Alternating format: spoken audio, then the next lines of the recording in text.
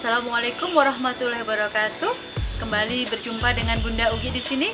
Kita akan membahas hari ini tentang pembelajar sejati.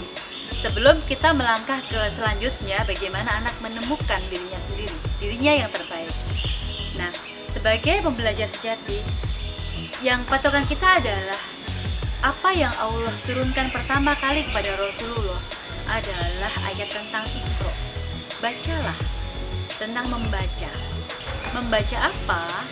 Ini bisa berarti lebih luas. Membaca buku, membaca situasi, membaca informasi, menelaah, menganalisis, mensintesis. Nah, ini anak-anak sebaiknya kita ajarkan keterampilan membaca ini kepada mereka. Budaya literasi sebaiknya ada di rumah. Kemampuan membaca Indonesia itu sekarang sangat memprihatinkan. Dia ada di posisi 74, peringkat di 74 berdasarkan dari hasil PISA, Program for International Student Assessment. Coba kita lihat di rumah kita.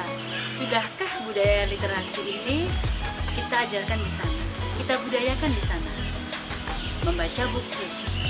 Apakah ayah bunda sering membaca buku di rumah?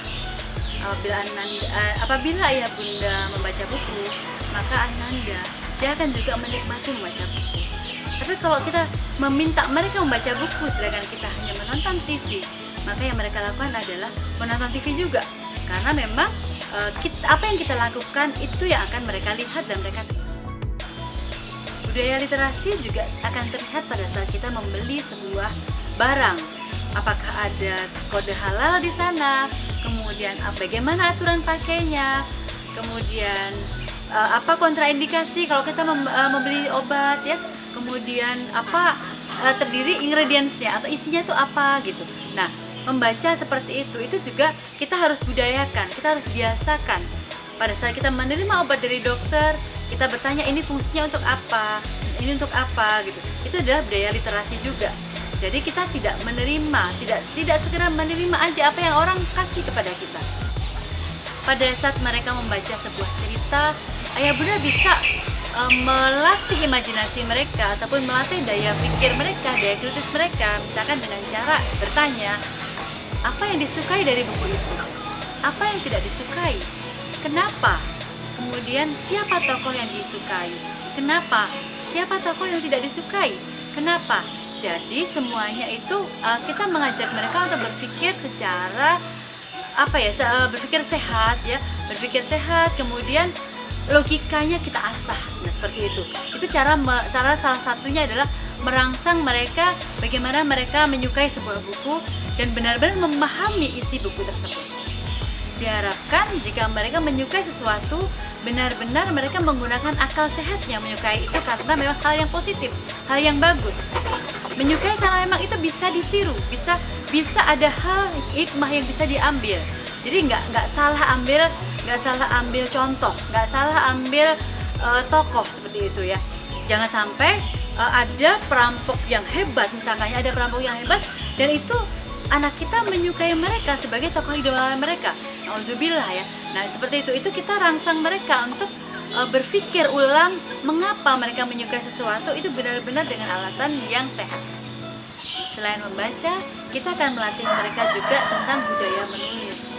Kenapa budaya menulis itu penting? Orang dengan menulis, dia menulis sejarah tentang dirinya. Dia meletakkan warisan yang akan bisa dipelajari sama orang-orang sesudahnya. Kemudian bagaimana caranya? Yang pertama yang paling sederhana adalah mintalah anak menuliskan pengalaman dia di hari itu. Pengalaman dia yang paling menyenangkan di hari itu. Mintalah juga anak menulis tentang kejadian yang sangat heboh atau sangat membuat mereka sedih, yang menguras emosi mereka. Minta mereka untuk mencoba menuliskan itu, melatih mereka untuk menelurkan gagasan, mengeluarkan apa yang ada di dalam hatinya, apa yang dia sedihkan dalam bentuk tulisan. Bisa juga dengan mereka menuliskan kembali atau menceritakan dalam bentuk tulisan tentang buku yang mereka baca, buku yang mereka sukai, atau mainan kesukaannya, atau tentang hewan kesukaannya, atau tentang tanaman kesukaannya. Biarkan mereka menulis dan menggambar. Nah, Jadikan itu aktivitas yang biasa ke dalam keseharian mereka. Dengan budaya membaca dan menulis yang bagus, kelak kita tidak pernah tahu. Kelak kemudian hari mungkin ini akan memberikan pengalaman yang sangat berharga pada mereka, sehingga ke depan mereka menjadi penulis muslim yang handal. Siapa tahu, kita tidak pernah tahu. Kita hanya memberikan kepada mereka yang terbaik yang mereka butuhkan. Kita kembali lagi akan ketemu dengan sesi berikutnya. Yang terakhir adalah tentang bagaimana Ananda, kita membersama mereka, bagaimana Ananda menemukan apa yang terbaik dari diri mereka, bagaimana mereka menemukan bakat mereka. Assalamualaikum warahmatullahi wabarakatuh.